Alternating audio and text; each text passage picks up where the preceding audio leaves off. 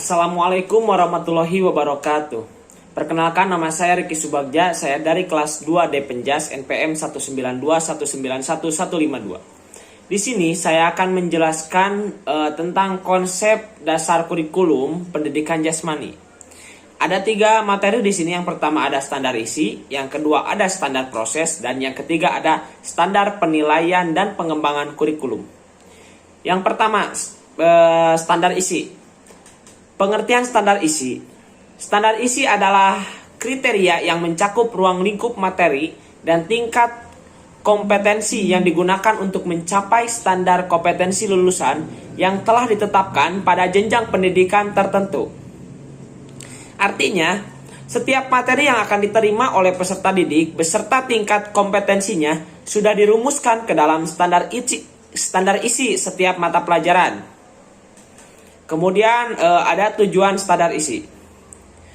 Tujuannya yaitu untuk meningkatkan kualitas pendidikan melalui pengembangan potensi peserta didik yang sejalan dengan perkembangan ilmu pengetahuan, kemajuan teknologi, seni, dan budaya. Kemudian ada fungsi standar isi, yaitu sebagai acuan guru saat memberikan materi dalam kegiatan pembelajaran. Dengan demikian, materi yang diberikan pada peserta didik selalu berorientasi pada standar kompetensi lulusan.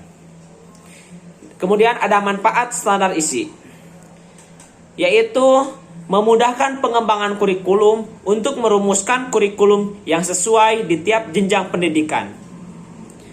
Adapun penyusunan standar isi, yang pertama ada tingkat kompetensi. Menunjukkan kompetensi yang harus dilalui di tiap jenjang pendidikan. Yang kedua, ada kompetensi inti. Kompetensi inti adalah kompetensi yang bersifat genetik dan terdiri atas 4 dimensi yang menjadi referensi 4 sikap, yaitu sikap spiritual, sosial, pengetahuan, dan keterampilan. Adapun contoh kegiatannya yang termasuk standar isi. Yang pertama, melakukan pengembangan kurikulum sesuai ketentuan SNP, standar atau disebut Standar Nasional Pendidikan. Yang kedua, penyusunan kalender pendidikan beserta beban belajarnya. Yang ketiga, mengulas kurikulum sekolah. Dan yang terakhir, mengulas silabus dan RPP dan lain-lain sebagainya, masih banyak lagi ya. Komponen standar isi. Yang pertama, ada kerangka dasar kurikulum. Terdiri dari yang pertama ada aspek muatan kurikulum, yang kedua ada prinsip pengembangan kurikulum, dan yang terakhir ada prinsip pelaksanaan kurikulum. Aspek muatan kurikulum isinya yaitu mata pelajaran, muatan lokal, kegiatan pengembangan diri, pengaturan beban belajar, ketuntasan belajar, pendidikan kecakapan hidup, dan pendidikan berbasis keunggulan lokal. Kemudian ada prinsip pengembangan kurikulum, yaitu terdiri dari 3 hal. Yang pertama, membutuhkan keterlibatan pihak-pihak terkait seperti guru, MGMP, LPMP, Dinas Pendidikan, dan lain-lain. Kemudian yang kedua, mengacu pada standar kompetensi muatan, kompetensi lulusan, ya, Dan yang terakhir, memenuhi ketentuannya sebagai berikut. Fokus pada potensi perkembangan, kebutuhan, dan kepentingan peserta didik. Kemudian mengedepankan keberagaman dan terpadu. Kemudian selalu relevan dengan kebutuhan.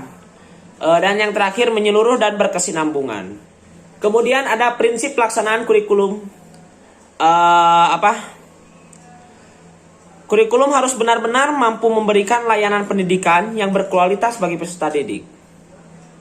Yang kedua, ada struktur kurikulum, yaitu sebagai berikut. Yang pertama ada isi. Kemudian ada standar kompetensi dan kompetensi dasar.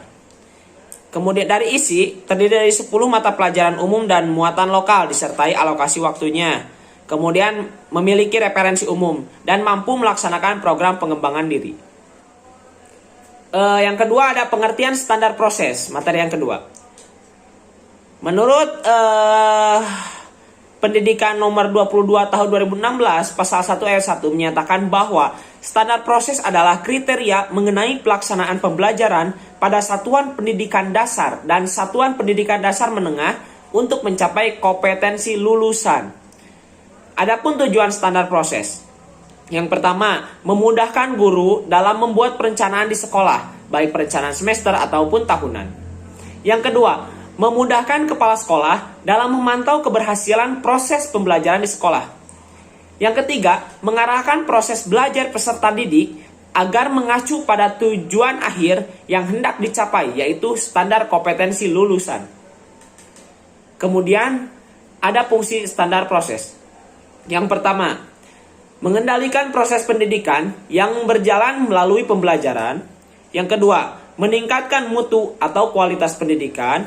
Yang ketiga, alat untuk mencapai program yang telah direncanakan oleh tiap intensi pendidikan. Yang keempat, menjadi acuan bagi guru untuk merencanakan, membuat, dan mengimplementasikan program-programnya.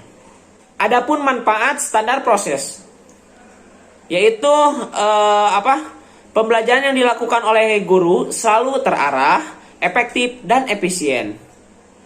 Kemudian adapun komponen-komponen standar proses. Yang pertama ada perencanaan pembelajaran, perencanaan pembelajaran, yaitu dilakukan secara optimal agar kegiatan pembelajaran yang dilakukan bisa sesuai dengan tujuan yang telah dirumuskan. Yang kedua ada pelaksanaan proses pembelajaran.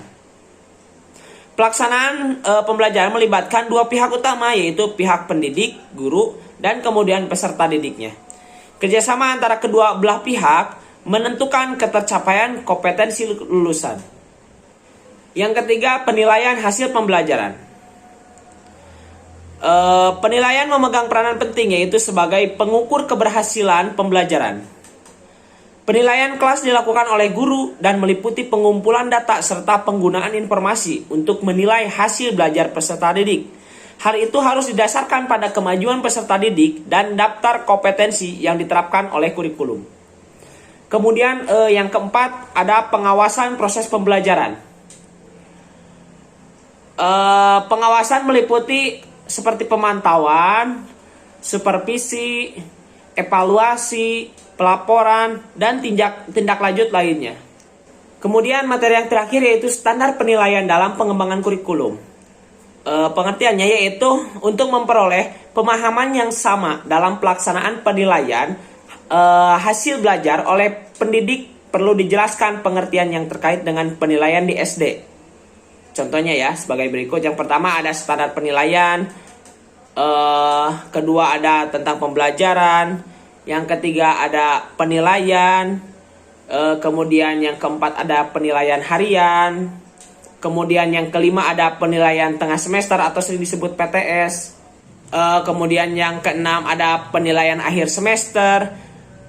Kemudian ada ujian, ada penilaian sikap, ada penilaian pengetahuan, ada penilaian keterampilan, ada penilaian otentik, yaitu pendekatan penilaian menghendaki peserta didik menampilkan sikap, menggunakan pengetahuan dan keterampilan yang diperoleh dari pembelajaran dalam situasi yang sesungguhnya atau di dunia nyata secara langsung, kita langsung menilai, itu disebut penilaian otentik. Kemudian yang terakhir ada kriteria kelulusan minimal yang selanjutnya disebut KKM. Mempertimbangkan karakteristik peserta didik, karakteristik mata pelajaran, dan kondisi satuan pendidikan. Kemudian adapun prinsip-prinsip penilaian. Yang pertama sahih. Berarti penilaian mencerminkan kemampuan yang diukur. Kedua objektif, ketiga adil, keempat terpadu, kelima terbuka, keenam menyeluruh dan berkesinambungan, yang ketujuh sistematis, yang kedelapan beracuan, yang kesembilan akuntabel, yang kesembilan akuntabel. Adapun karakteristik penilaian. Yang pertama, belajar tuntas, merupakan capaian minimal dari kompetensi setiap muatan pelajaran yang harus dikuasai peserta didik dalam kurun waktu belajar tertentu. Yang kedua, ada otentik, yaitu penilaian yang dilakukan untuk mengukur pencapaian kompetensi secara holistik, aspek sikap, pengetahuan, dan keterampilan. Kemudian yang ketiga berkesinambungan, yaitu secara berkelanjutan penilaiannya Tujuannya adalah untuk mendapatkan gambaran yang utuh mengenai perkembangan hasil belajar peserta didik. Yang keempat, menggunakan bentuk dan teknik penilaian yang bervariasi. Penilaian sikap, pengetahuan, dan keterampilan menggunakan teknik penilaian yang sesuai dengan karakteristik kompetensi yang akan diukur atau dinilai. Yang kelima, berdasarkan acuan kriteria, yaitu kemampuan peserta didik tidak dibandingkan terhadap kelompoknya, tetapi dibandingkan terhadap ketuntasan yang ditetapkan. Kriteria ketuntasan dengan mempertimbangkan mempertimbangkan karakteristik peserta didik, karakteristik mata pelajaran, dan kondisi satuan pendidikan. Kemudian yang terakhir ada kompetensi dan teknik penilaian. Yang pertama ada penilaian sikap. Dalam penilaian sikap itu ada sikap spiritual, sikap sosial, dan teknik penilaian sikap. Kemudian ada penilaian pengetahuan. Misalnya dalam tes ya, ada tes tulis, ada tes lisan, dan ada tes penguasaan. Contohnya misalkan talan menalar gitu di luar jangkauan pikiran peserta didik tersebut. Kemudian ada penilaian keterampilan. Kemudian ada penilaian kinerja, ada penilaian proyek. Penilaian proyek contohnya yaitu seperti portofolio, kemudian tugas-tugas seperti membuat sebuah makalah atau membuat sebuah cerita atau seperti biografi dan lain-lain. Mungkin itu saja yang dapat saya sampaikan. Kurang lebihnya mohon maaf. Wabillahi taufiq wal hidayah. Wassalamualaikum warahmatullahi wabarakatuh.